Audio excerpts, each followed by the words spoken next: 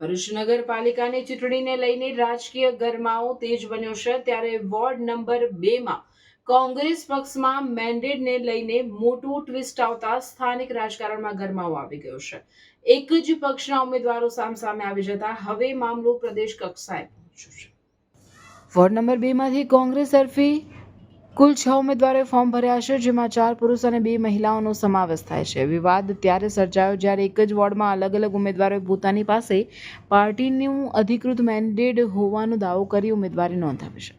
કુતુબુદ્દીન પટેલે શહેર પ્રમુખની સૂચનાથી પાર્ટીના મેન્ડેટ પર તેમણે ફોર્મ ભર્યું। બીજી તરફ 3 ટર્મથી ચૂંટાતા શમશાદ અલી સૈયદ અને હેમેન્દ્ર કોટીવાલાએ પણ પાર્ટીના મેન્ડેટ પર ઉમેદવારી નોંધાવતા કાર્યકરોમાં ભારે મૂંઝવણ અને વિવાદ ઊભો થયો છે। ઉમેદવાર કુતુબુદ્દીન પટેલે આક્ષેપ કર્યો છે કે પાર્ટી દ્વારા આપવામાં આવેલા મેન્ડેટ પૈકી કયા સાચા છે તેની યોગ્ય તપાસ થવી જોઈએ। તેમણે આ મામલે નિષ્પક્ષ તપાસની માંગ ઉઠાવી છે। વોર્ડ નંબર 2 માં સામાન્ય સીટના ઉપર મને કોંગ્રેસ પક્ષ તરફથી મેન્ડેટ આપવામાં આવેલો હતો। હું મારા સમર્થકો સાથે 12:20 મેં કોંગ્રેસના મેન્ડેટના ઉપર ફોર્મ ભર્યું અને મારી ઉમેદવારી નોંધીને હું કલેક્ટર ઓફિસથી લગભગ 2 વાગે ત્યાંથી નીકળ્યો। 2 વાગ્યા પછી જ્યારે હું મારી ઓફિસ પર પહોંચ્યો અને ઓફિસ પર આવ્યા પછી 2:30 થી 3:45 વાગ્યાના વચમાં મારી પાસે એવા ન્યૂઝ મળ્યા કે ભાઈ કોંગ્રેસ પક્ષ તરફથી બીજા 2 ફોર્મ ભરાયા છે। જનરલી નિયમ મુજબ એક વોર્ડમાં 4 ફોર્મ હોય છે અને 4 મેન્ડેટ હોય છે। તો જાણવા મળતા બીજા 2 મેન્ડેટ કોંગ્રેસ પક્ષ તરફથી ભરાયા છે, તો 6 મેન્ડેટ ભરાયા એ શકના દાયરામાં છે। હવે આ 4 માંથી મેન્ડેટ કયા સાચા છે અને 2 માંથી કયા સાચા છે એ તપાસનો વિષય છે।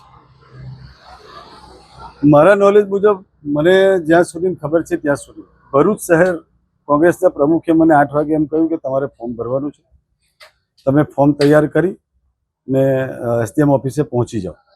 હું ત્યાં પહોંચી ગયો, મારું ફોર્મ રેડી કરીને ઉપર ગયો, મેં ફોર્મ જમા કરાવીને શહેર પ્રમુખ સાહેબને કહ્યું મારો મેન્ડેટ ક્યાં છે। તો મને ત્યાંથી કોંગ્રેસના એક આગેવાને મને મેન્ડેટ આપ્યો ને મારો મેન્ડેટ જાતે જ એસડીએમમાં જમા કરાવ્યો અને હું પોતે ત્યાં જમા કરાવીને આવ્યો। એટલે ત્યાર પછીના આ જે ન્યૂઝ છે એ શોકિંગ ન્યૂઝ છે અને મારા સમર્થકો એમ કહે છે કે આ કઈ રીતના બન્યું, આ શું છે। તપાસ કરતા આ 2 મેન્ડેટ ક્યાંથી આવ્યા છે એ તપાસનો વિષય છે અને ચોક્કસપણે આની નિષ્પક્ષ તપાસ થવી જોઈએ। આ ક્યાંથી આવેલા છે, એ સાચા છે કે જૂઠા છે। અને જેટલા પણ ફોર્મ ભરાયા છે આમાં 11 વોર્ડમાં 44 ફોર્મ હતા। 44 ફોર્મમાં મારી જાણકારી મુજબ મને એવું જાણવા મળ્યું છે કે 38 ફોર્મ ભરાયા છે, બાકીના ભરાયા નથી। તો આમાં કયા મેન્ડેટનો ઉપયોગ થયો છે એ તપાસનો વિષય છે, ક્યાંથી આવ્યા એ તપાસનો વિષય છે અને એ તપાસનો વિષય ભરૂચ શહેર કોંગ્રેસના પ્રમુખ, ભરૂચ જિલ્લા પ્રમુખ અને પ્રદેશ પ્રમુખ અને જે ઓબ્ઝર્વર આવેલા હતા અને જે પ્રભારીઓ હતા એ શકના દાયરામાં છે। એ સાહેબ તપાસનો વિષય છે, અત્યારે હું કહી નથી શકતો। હવે અત્યારે તપાસ ચાલુ છે। હાલમાં તમારી ઉમેદવારી કેટલું નિષ્પક્ષ કહેવાય? ના, એ કોંગ્રેસમાંથી થશે અને જો ના તમારું મેન્ડેટ સ્વીકાર થાય તો તમે અપક્ષ લડશો કે પછી પક્ષ સાથે રહેશો? એ ડિસિઝન અત્યારે મારું કોઈ નથી અને તમે જે મને અપક્ષનો પ્રશ્ન પૂછો છો એ કામ હું કરવાનો પણ ના હતો અને ભવિષ્યમાં કરીશ પણ નહીં। બીજી વાત એ છે કે મારી ઉમેદવારી ભારતીય રાષ્ટ્રીય કોંગ્રેસ તરફથી નોંધાયેલી હતી અને જ્યારે ઉમેદવારી પત્ર રદ થાય તો હું કોઈ પણ જગ્યાએ ફોર્મ ભરી નથી શકતો, કેમ કે આજે છેલ્લો દિવસ હતો। એટલે સવાલ તમારો પણ આમાં એવું છે કે હજુ 15 તારીખ સુધીમાં જે ફોર્મ ભર્યું છે તેનું જો તમે ચાહો તો ફોર્મ ખેંચી શકો, પણ તમારી પાસે એટલી પણ તક છે કે તમે અપક્ષમાંથી લડી શકો। તો જો આવું થયું હોય તમારી સાથે તો તમે અપક્ષમાંથી લડો? ના ના ના, એ કામ હું નથી કરવાનું અને મારે શું કરવાનું છે હજુ મારી પાસે સમય છે। હું આવતા 24 કલાકમાં નક્કી કરીશ કે મારે શું કરવાનું। આજના દિવસની અંદર તમારા એક સભ્ય એવું કહ્યું હતું કે હું અપક્ષમાંથી ફોર્મ નહીં ભરું, હું પક્ષ સાથે રહીશ, પણ પછી છેલ્લી ઘડી એમને ફોર્મ ભર્યું। ના, એમાં એવું છે કે એ ફોર્મ અપક્ષનું હતું જ ના, એ વાત જ નથી। એમને સ્પષ્ટપણે એમ કહ્યું કે હું પક્ષથી વિરોધ નહીં જાઉં અને પક્ષ જે નક્કી કરશે એ માન્ય રાખીશ। એટલે પક્ષે ચોક્કસપણે એમની જે વાત હતી એ સાબિત કરે છે કે એમને પક્ષે મેન્ડેટ આપેલો છે અને મેન્ડેટ સાચો છે કે જૂઠો છે એ તપાસનો વિષય છે। તેનો મતલબ એવું કે અહીંની મોવડી મંડળ જે છે તે લોકોને વિશ્વાસમાં નથી રાખી. એનાથી કોંગ્રેસને કેટલું નુકસાન થશે? કોંગ્રેસના નુકસાનની વાત તો અત્યારે હું તમને નહીં કરી શકું, કેમ કે અત્યારે મારા સમર્થકો, મારા આગેવાનો અને મારા સમાજના લોકો સાથે મારી ચર્ચા વિચારણા ચાલુ છે. શું કરવું એ તમારે મને સમય આપવો પડશે. આ સમગ્ર ઘટનાક્રમ અંગે શહેર કોંગ્રેસ પ્રમુખ સલીમ અમદાવાદે દુઃખ વ્યક્ત કર્યું છે. તેમણે જણાવ્યું હતું કે મેન્ડેટને લઈને હાલ પાર્ટીમાં આંતરિક ચર્ચા ચાલી રહી છે.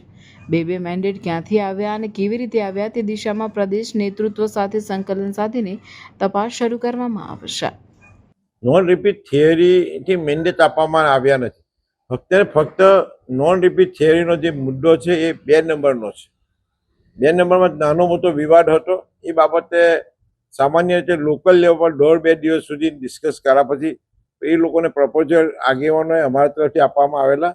એ જે પ્રપોઝલ એમને યોગ્ય ના લાગ્યા તો આ વિસ્તારના આગેવાનોએ, પ્રમુખોએ ભેગા થઈ ને નક્કી કર્યું કે ભાઈ આ વખતે તો પ્રશ્ન હોય તો આપણે નોન રિપીટ થિયરી તરીકે જતા રહીએ તો આ વિવાદ નભી જાય. એ લોકોએ લેટરમાં રાઇટિંગમાં અમને આપ્યા બાદ એ બાબતનો નિર્ણય લેવાયેલો છે. એ બનાવ બહુ દુઃખદ બનાવ છે. એ બનાવ બહુ દુઃખદ બનાવ છે. સામાન્ય રીતે આવું લોકલ ઇલેક્શનમાં બન્યું નથી ને ફર્સ્ટ ટાઈમ બનેલું છે. જ્યારે એક વખત પાર્ટીએ મેન્ડેટ આપી દીધો છે ત્યારબાદ બીજો મેન્ડેટ આવતો નથી ને આવે તો પાર્ટી કન્ફર્મ કરે છે. તો મને જે રીતે ખબર છે તો અત્યાર સુધીમાં આ મેન્ડેટ જે આપેલો છે પાર્ટી તરફથી કોઈ કન્ફર્મેશન મળેલું નથી. તો આ જે મેન્ડેટ મળેલો છે ડાઉટફુલ મેન્ડેટ લાગી રહેલો છે. એ બાબતે અમારે પીસીસી સાથે ડિસ્કસ ચાલુ છે ને પીસીસી તરફથી અમને આશા છે કે પોઝિટિવ જવાબ મળશે. ના, આ સંકલનનો ભવન અમે સતત સંકલનમાં જ હતા. આ મેન્ડેટ 2 મેન્ડેટ ક્યાંથી આવ્યા, કેવી રીતે આવ્યા એ હજુ કોઈ ક્લિયરિટી મળતી નથી. અમે પીસીસી સાથે સંકલનમાં છે. આ મેન્ડેટ ક્યાંથી આવ્યા, કોને આપ્યા, લીગલી આપેલા છે, અનલીગલી આવેલા છે, એની તપાસ થાય અને પીસીસી અમને ખુલાસો મળે ત્યાં બાદ આ બાબતેનો ખુલાસો વધુ કરી શકીએ. હવે જોવાનું રહેશે કે કોંગ્રેસ હાઈકમાન્ડ આ મેન્ડેટ યુદ્ધનો અંત કેવી રીતે લાવે છે અને કયા ઉમેદવારને અંતિમ મંજૂરી મળે છે.